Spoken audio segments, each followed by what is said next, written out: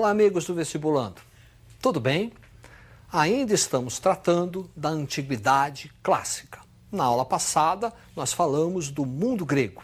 Na aula de hoje, vamos tratar do mundo romano. Para começar, preste atenção nestas imagens.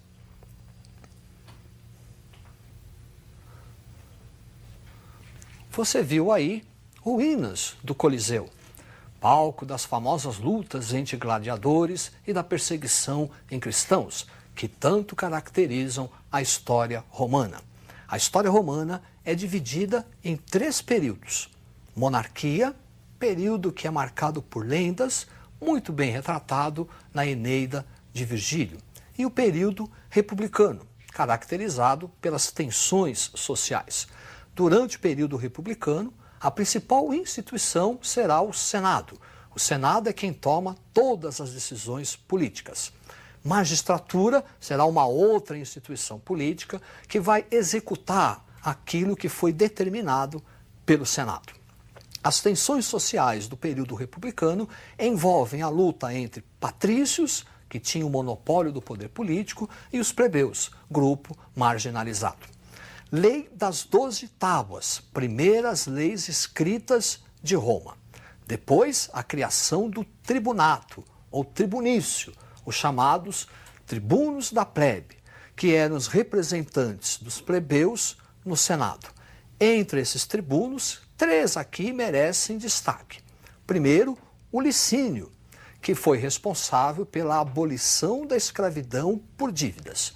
Depois, Canuleu, que fez uma lei autorizando o casamento entre as classes, patrícios e plebeus, igualdade civil. E, por fim, Hortêncio, que vai fazer a lei onde as decisões tomadas na Assembleia da Plebe tenham força de lei. É o famoso plebiscito. Para você não esquecer o que foi dito até agora, preste atenção no quadro. Legislação romana, lei das 12 tábuas, primeiras leis escritas, o tribunato, e desse tribunato, 3 nomes importantes. Lei Licínia, abolição da escravidão por dívidas, Lei Canuleia, igualdade civil e permissão de casamento, e Lei Hortência, a criação do famoso plebiscito.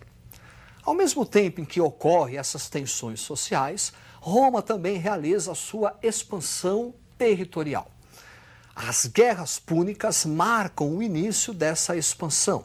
Guerras entre Roma e Cartago pelo controle do mar Mediterrâneo. Os cartagineses também eram conhecidos como punos, daí o termo guerras púnicas. No final, Roma vai conquistar toda a Itália, boa parte da Europa Ocidental, norte da África e o mundo helenístico. Para você visualizar o que estamos falando, preste atenção no mapa. Esta parte em destaque refere-se ao ponto máximo de expansão territorial do Império Romano. Perceba que o mar Mediterrâneo está bem no centro desta conquista.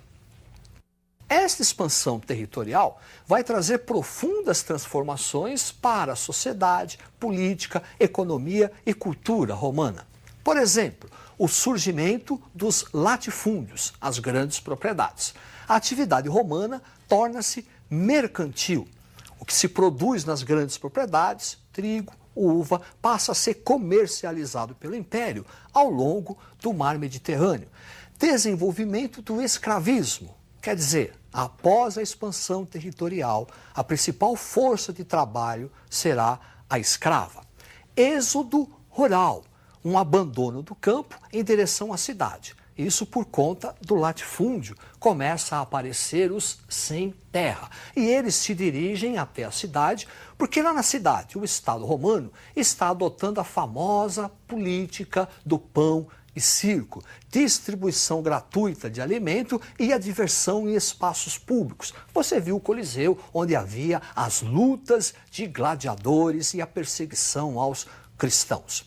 Também vão surgir os homens novos. É um novo grupo social que vai se dedicar à nova atividade econômica e também prestar serviços ao Estado, financiamento e, por fim, as guerras civis.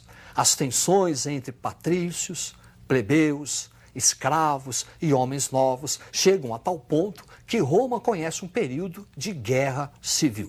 Como as consequências da expansão territorial são muito importantes, você tem que fixar, preste atenção, olha aí, expansão romana, surgimento do latifúndio, desenvolvimento da economia mercantil, o escravismo, como o escravo, a principal força de trabalho, o êxodo rural, o surgimento dos homens novos e a guerra civil. Após 100 anos de guerra civil, Roma começa o seu império. O período do império em Roma é dividido em duas partes: Alto Império, Baixo Império. O Alto Império refere-se àquele apogeu, aquele momento glorioso de Roma. É a época dos gladiadores, da perseguição aos cristãos, é a época de ouro do Império Romano. Nessa época, destaque para Augusto e a introdução da chamada Pax Romana. É o momento onde aquela política de pão e circo conhece o seu auge. Baixo Império é o período da crise romana por conta da diminuição do número de escravos.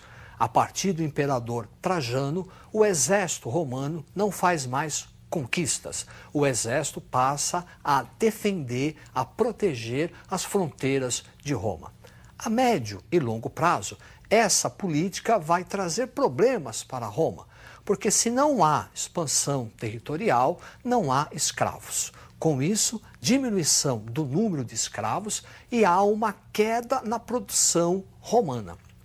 Para que o Estado romano possa manter a sua estrutura, possa manter a sua burocracia, há uma política fiscal, um aumento excessivo dos impostos. Imposto alto, produção baixa, gera um fenômeno muito conhecido, a inflação. E essa inflação atinge, primeiramente, os menos favorecidos, os plebeus, que passam a sair da cidade e ir para o campo. É o chamado êxodo urbano, porque agora, lá no campo, o grande proprietário, o latifundiário, precisa de força de trabalho porque diminuiu a mão de obra escrava. E aí vai se desenvolver a relação do colonato, onde o grande proprietário fornece um pedaço de terra para o plebeu. Para você entender o que se está falando, preste atenção nesta imagem. Aí está uma grande propriedade e esses quadrinhos referem-se à parte que o grande proprietário entregou ao plebeu e sua família. O que o plebeu produzir aí é dele, é uma forma de pagamento que o proprietário dá a ele.